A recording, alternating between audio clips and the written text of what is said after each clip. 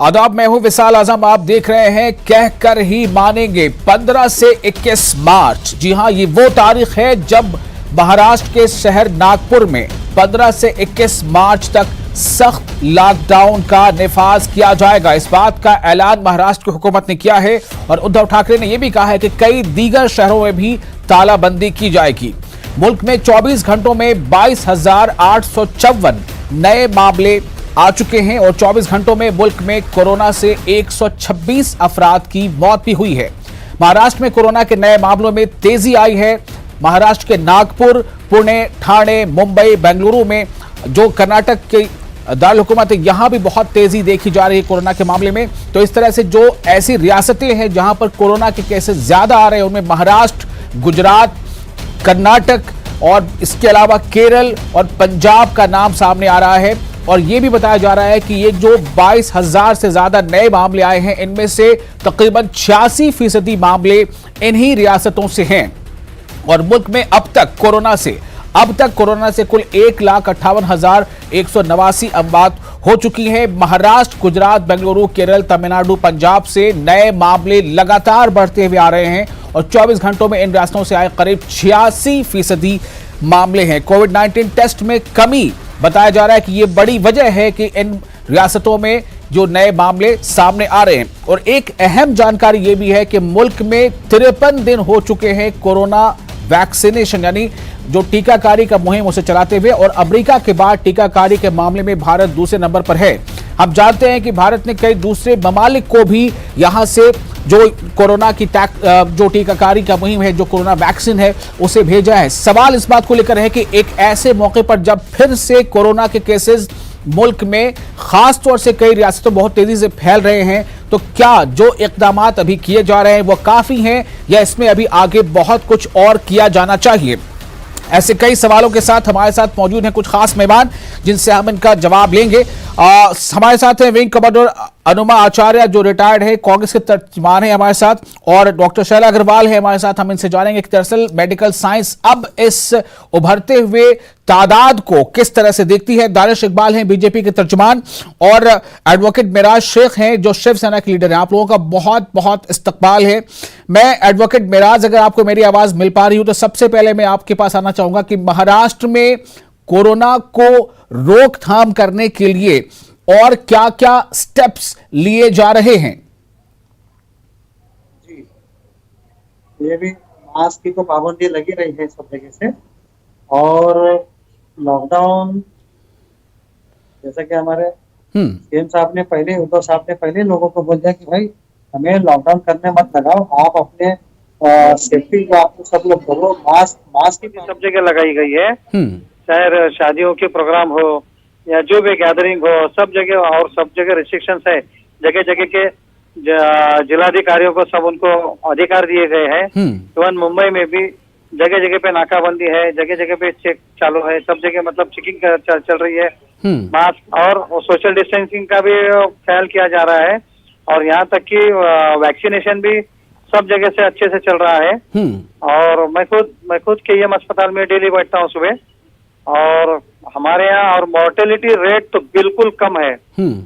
Mortality rate बहुत कम है हमारे यहाँ पर। और हमारे जो डॉक्टर है, फिर जो कोविड वॉरियर्स है, जो हमारे सब वो सब अच्छे से मतलब सब लोग काम कर रहे हैं। लेकिन सबसे अहम सवाल ये है कि महाराष्ट्र सरे फहरिस्त है नए बढ़ते मामलों को लेकर। कहां चूक हो रही है? क्यों महाराष्ट्र में केसेस बढ़ते जा रहे हैं? क्यों नागपुर में 15 से 21 मार्च तक लॉकडाउन का ऐलान करना पड़ा?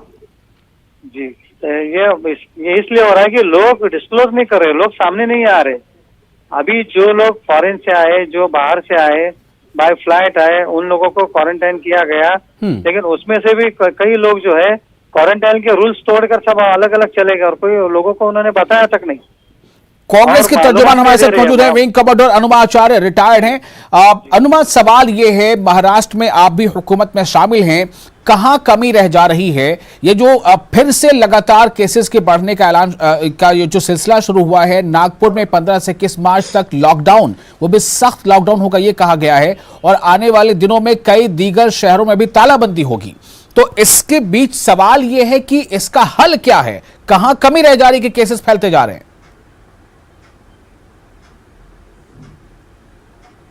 विशाल साहब, मैं अभी खुद नागपुर गई थी, आज से 6 दिन पहले मैं वहीं थी। तो मैंने देखा कि वहां इतना ज्यादा एहतियात थी, पूरे सड़क पर पुलिस वाले थे और ना केवल सड़क पर, वो नेशनल हाईवे पर भी थे। तो मुझे ऐसा लगता है कि एक तो कमर्शियल कैपिटल बॉम्बे है, वहां पे बहुत सारे लोग दूसरे कंट्रीज से आते हैं, तो वो एक होना, कमर्शियल कैपिटल होना, और फिर उसके अलावा हो सकता है कि किसी तरह का जो म्यूटेशन है वो महाराष्ट्र की क्लाइमेट को सूट कर रहा हो। मैं इसके बारे में ज्यादा नहीं जानती क्योंकि इस प्रोग्राम में खुद एक डॉक्टर हैं, तो वो इस बारे में बात करेंगी। लेकिन मैंने खुद जो अपनी आंखों से देखा, आज से सिर्फ 7 दिन पहले मैं नागपुर में थी, वर्धा में भी थी, तो मैंने वहां देखा कि हर तरह की एहतियात है। तो पर इसका मतलब ये नहीं है कि महाराष्ट्र का एक नाम लेकर हम बाकी पूरे देश की जिम्मेदारी से भी नहीं बचेंगे, क्योंकि देश में बढ़ रहे हैं केसेस। जी, लेकिन मैंने ऐसा नहीं है कि मैंने कोई एक नाम लिया हो। मैंने तो बताया कि महाराष्ट्र के साथ साथ गुजरात है, उसमें केरल है, कर्नाटक है, तमिलनाडु है, पंजाब है। सवाल इस बात को लेकर है कि सबसे ज्यादा केसेस महाराष्ट्र में हैं। तो क्या आपने जो वजह बताई वही एक वजह है, या फिर एक बात यह आ रही है सामने कि जब हिंदुस्तान, जब भारत एक ऐसे मकाम पर है कि हम वैक्सीनेशन, यानी हम वैक्सीन कोरोना के दूसरे मुल्कों तक को भेज रहे हैं, तो क्यों ना पहले हम अपने मुल्क में वैक्सीनेशन के प्रोसेस को और तेज कर दें? मैं इस पर जवाब लूंगा। हमारे साथ दानिश इकबाल है, तर्जुमान बीजेपी के हैं। दानिश, सवाल सरकार पर उठेगी। स्टेट्स एक के बाद एक बढ़ते जा रहे हैं जहां पर नए केसेस सामने आ रहे हैं। सवाल इस बात को लेकर उठ रहा है कि ये फेज वाइज कब तक चलाया जाएगा? क्यों ना इसे जल्द से जल्द, ज्यादा से ज्यादा लोगों तक टीकाकारी मुहिम चला दी जाए।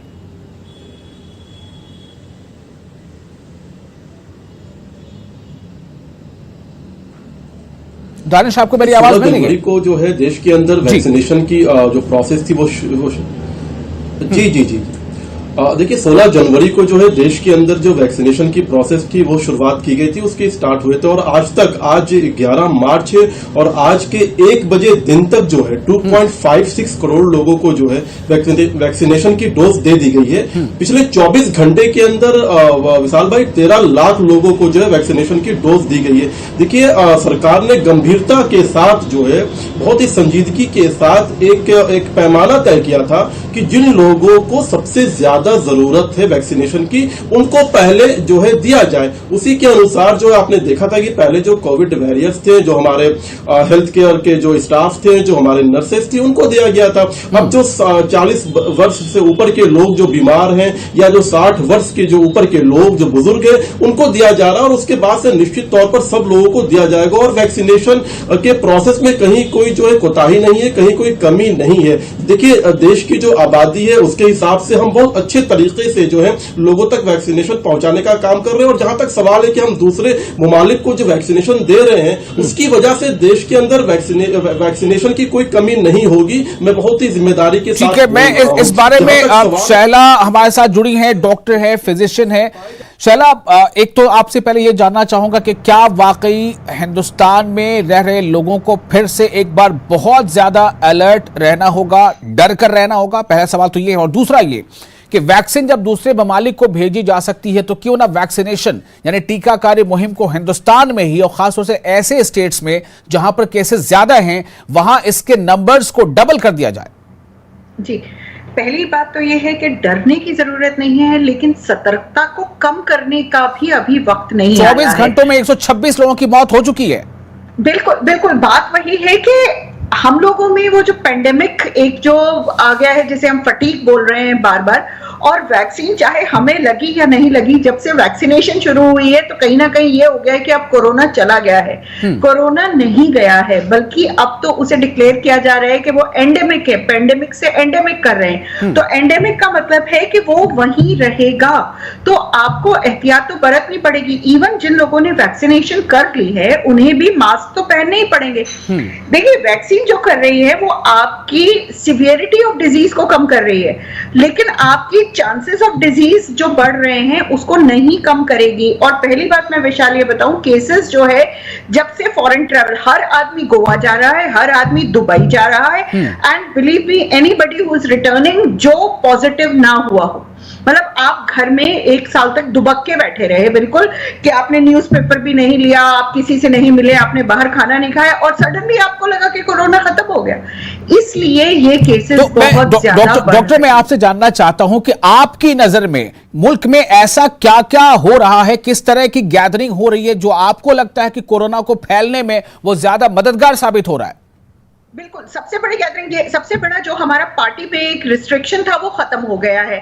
दूसरा, इंडोर गैदरिंग दोबारा शुरू हो गई है। अब नया मैंडेट आ रहा है कि अगर आपने वैक्सीन लगा ली है तो आप अनमास्क्ड अंदर मिल सकते हैं। इस सब का वक्त अभी नहीं आया है। जब हम लोग 30% वैक्सीनेटेड हो जाएंगे, और ट्रैवल, विशाल जी, एयर ट्रैवल सबसे ज्यादा दिक्कत कर रही है। दूसरी बात, लोग हम डिक्लेयर नहीं करना चाहते, फोर्ज कर रहे हैं। आरटीपीसीआर की रिपोर्ट फोर्ज करके, आज ही आपने न्यूज़पेपर में पढ़ा होगा कि एक फैमिली के ऊपर एफआईआर किया गया है। तो भाई आपकी सोशल रिस्पॉन्सिबिलिटी कहां गई? अगर आप पॉजिटिव हैं और आप एरोप्लेन में बैठ के, जहां पर के पूरी कंप्रेस्ड एयर है, आप सबको कोरोना फैला रहे हैं, और एरोप्लेन में उन्होंने खाना सर्व करना शुरू कर दिया। जो कुछ भी एहतियात हम कर रहे थे सब बंद हो गई है, एहतियात बंद हो गई है। अनुमा आचार्य हमारे साथ हैं, कांग्रेस तर्जुमान। अनुमा, एहतियात बंद हो गई है, प्रिकॉशंस नहीं लिए जा रहे हैं। जाहिर सी बात है कि गैदरिंग्स, भीड़ भाड़, ये एक बहुत बड़ी वजह होती है इसके ट्रांसमिशन की।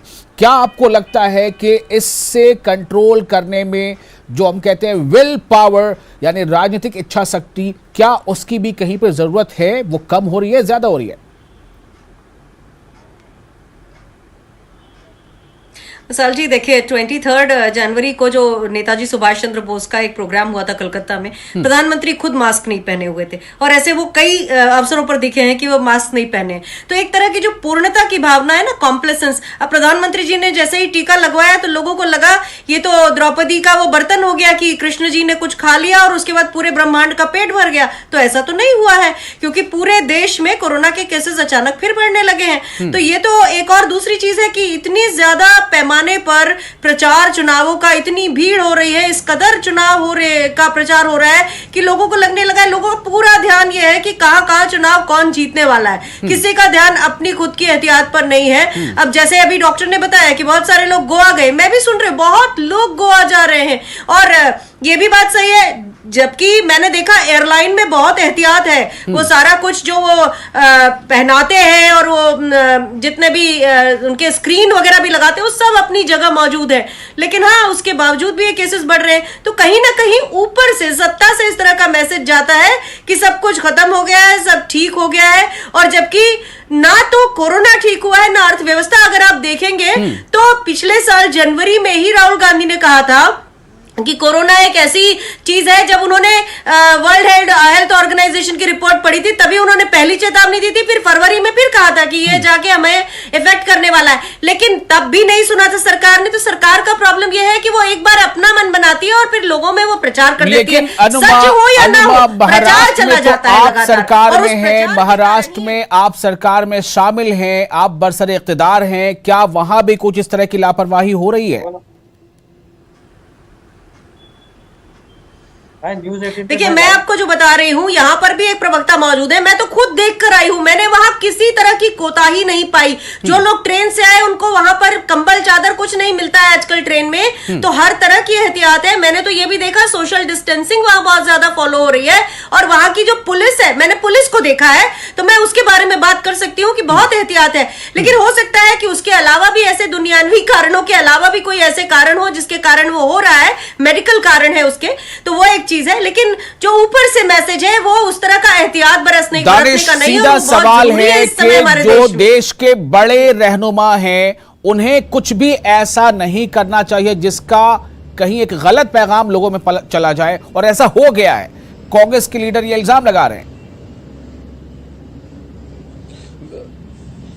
विशाल जी, देखिए, गंभीर विषयों पे राजनीतिक आक्षेप नहीं करना चाहिए। प्रधानमंत्री ने अगर कहीं पे मास्क उतारा था तो वो भाषण देने के लिए अपने वक्त पे, जब उनका स्पीच देने का समय हुआ था, तब उन्होंने जो है मास्क उतार करके वहां से स्पीच दिया था। और देखिए, राहुल गांधी तो सामूहिक तौर पर लोगों के साथ समुद्र के अंदर जो है मछली मारते हुए देखे गए थे वीडियो के अंदर, हम सब ने देखा था। तो कांग्रेस के प्रवक्ता को इस तरह के आक्षेप नहीं करना चाहिए, जहां उनके खुद के नेता जो है किस प्रकार से धज्जियां उड़ा रहे थे, जो है जो कोरोना का जो एक प्रोटोकॉल है, जिस प्रकार से सोशल डिस्टेंसिंग डिस्टेंसिंग का मेंटेन करना चाहिए, उसकी उन्होंने जो है पूरी की पूरी जो है अवहेलना की थी। तो मैं इस पे नहीं जाता हूं। देखिए, महाराष्ट्र में हमारी सरकार नहीं है, लेकिन मैं आज जो महाराष्ट्र की सरकार ने जो लॉकडाउन का फैसला लिया है, मैं इसको एक मुनासिब फैसला समझता हूं और मुनासिब फैसला मानता हूं। ये एक जरूरी कदम था और उन्होंने एक जरूरी कदम के तहत ये जो है एहतियातन के तौर पर उठाया है। मुझे लगता है कि महाराष्ट्र की सरकार को और संजीदा होने की जरूरत है, कहां पे उनसे चूक हो रही है। लेकिन दानिश, केसेस गुजरात में भी तेजी से बढ़ रहे हैं, तो उनको और आगे जाकर कर्नाटक में भी बढ़ रहे हैं, केरल और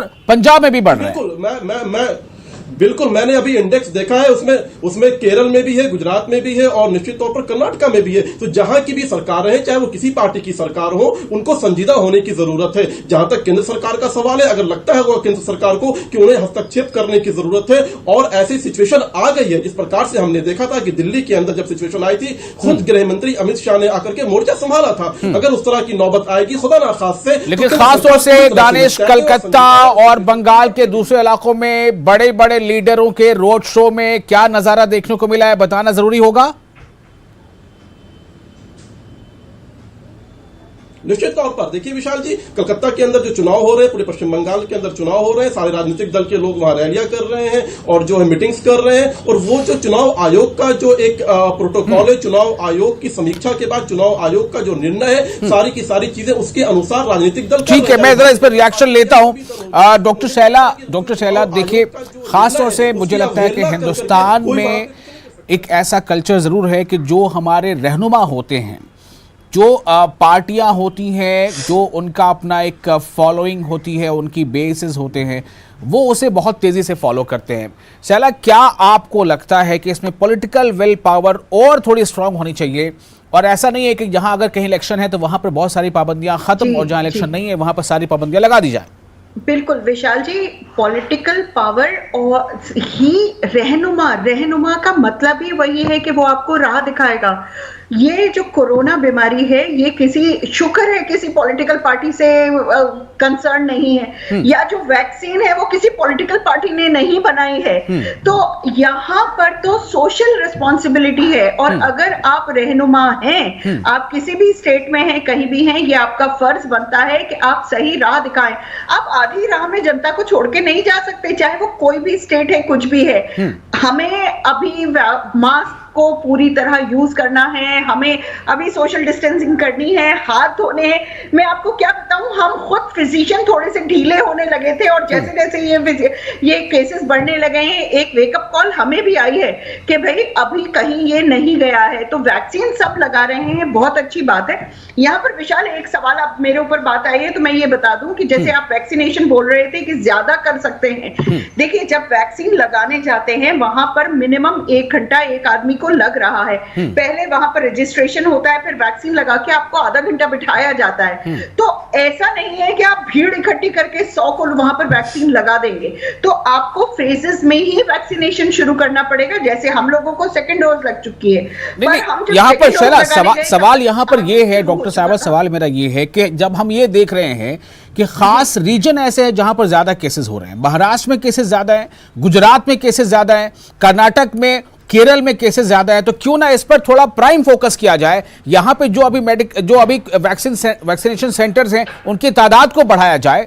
क्या ये पॉसिबल नहीं है? सिर्फ ये आप सही कह रहे हैं कि सिर्फ वैक्सीनेशन सेंटर बढ़ा के किया जा सकता है, और जहां तक वैक्सीन लगाने का तरीका है, हमें एक लेना पड़ेगा। फिर वही होगा, आप ये बात देखिए कि कोई पॉलिटिकल पार्टी ये कहती है कि हमारे स्टेट में वैक्सीनेशन ज्यादा है, ये नहीं है। ये सोशल प्रॉब्लम है जो सोशली ही सॉल्व करनी है, और ये हमारे सियासतदानों को बिल्कुल सोचना चाहिए। शिवसेना से हमारे साथ एडवोकेट मेराज शेख हैं। एडवोकेट मेराज शेख, मैं फिर से एक बार आपके पास आ रहा हूं। क्या आपको लग रहा है कि तेजी से बढ़ते केसेस खासतौर से महाराष्ट्र में, उसके लिए वैक्सीनेशन सेंटर्स को बढ़ाया जाए, नंबर ऑफ वैक्सीन को बढ़ाया जाए, ताकि कम समय में ज्यादा से ज्यादा लोगों तक हम ये वैक्सीनेशन या टीकाकारी मुहिम को पूरा कर पाए? कनेक्ट किया उन्होंने। एडवोकेट मेराज, मेरी आवाज मिल रही है आपको?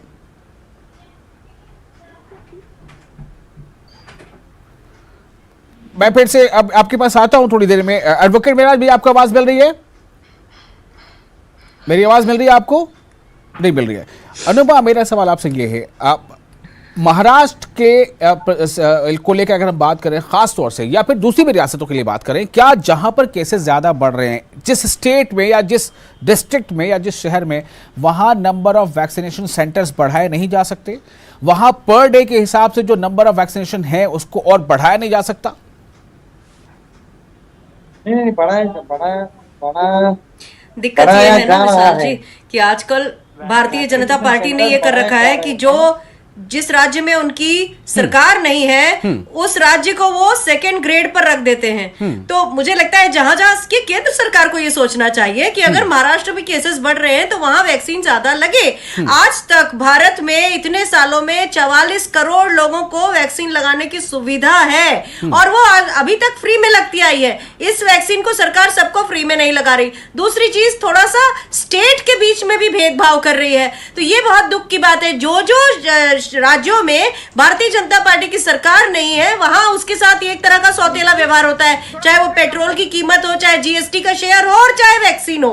ये तो सरकार की भी जिम्मेदारी है कि दिख रहा है पूरा देश सरकार को चलाना है। ये केवल अलग अलग राज्यों की कहानी नहीं है। अगर आप सत्ता में केंद्र में बैठे हैं तो पूरा देश जिम्मेदारी होती है। और यहाँ तो कहानी ये है कि घर में नहीं है खाने, और क्या बोले, वो कहावत है ऐसी अम्मा चली भुनाने। बाहर के आप देशों को वैक्सीन भेज रहे हैं, आपके अपने देश में पूरे लोगों को वैक्सीन अभी लगी नहीं है। बहुत सारे लोगों को पैसे देके लगानी पड़ेगी। तो ये सब क्या हो रहा है, ये समझ ही नहीं आता है। सरकार का जो एक कॉम्प्लेसेंस है पूर्णता पे पहुंचना, मैं दोबारा कह रही हूं ये बात कि सरकार जो है वो राज्यों में अपनी सत्ता के हिसाब से काम कर रही है। ये नहीं है कि पूरे देश को एक इसका साथ, जवाब छोटा सा जवाब चाहूंगा। टीम जाती है तो वो भी उन्हीं राज्यों में जाती है सर्वे करने जहां पर कांग्रेस की या दूसरी सरकारें हैं। विशाल, देखिए बिल्कुल ही सरासर बेबुनियाद और गलत फहमी ये फैला रही है देश की जनता के सामने। वैक्सीन की कोई कमी नहीं है देश के अंदर और किसी भी प्रकार से कोई कमी नहीं है दानिश, तो उसको जल्दी से जल्दी ज्यादा लोगों को लगवा दी जाए ना। नहीं दिया जाता है। देखिए बंगाल, नहीं विशाल, देखिए बंगाल के अंदर भी सरकार ने जो है ट्रक्स भेजे थे, लेकिन वहां की ममता दीदी की सरकार ने उस ट्रक्स को वापस करने का काम किया था अपने वोट बैंक के कारण, तुष्टीकरण के कारण। सरकार ने लेकिन अभी तो बंगाल की बात ही नहीं कर रहे हैं ना, अभी तो बंगाल की बात नहीं कर रहे हैं, अभी तो वहां पे कुछ और ही चल रहा है। अभी तो वहां अगर लोगों के आप प्रैक्टिकलिटी को देखेंगे तो किसी पार्टी को नहीं लगता कि बंगाल में वहां पे कोरोना है भी।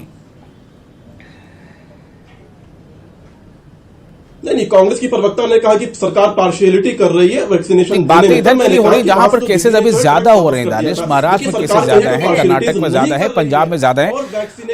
नहीं, बिल्कुल निश्चित तौर पर महाराष्ट्र सरकार, देखिए महाराष्ट्र सरकार पूरी तरह से जो है निर्भर है कि वो कहां से कितनी वैक्सीनेशन ले सकती है। कहीं कोई पाबंदी नहीं है। झूठ की गलतफहमियां देश की जनता के सामने फैलाने का काम कांग्रेस की प्रवक्ता प्लीज ना कीजिए। कहीं कोई वैक्सीनेशन की कमी नहीं है। शैला, मैं एक बार फिर से आखिरी कमेंट आपके पास आ रहा हूं। डॉक्टर शैला है, डॉक्टर 30-40 सेकंड में फाइनल कमेंट दे दीजिए। क्या पॉलिटिकल विल पावर को और मजीद बढ़ाने की जरूरत है?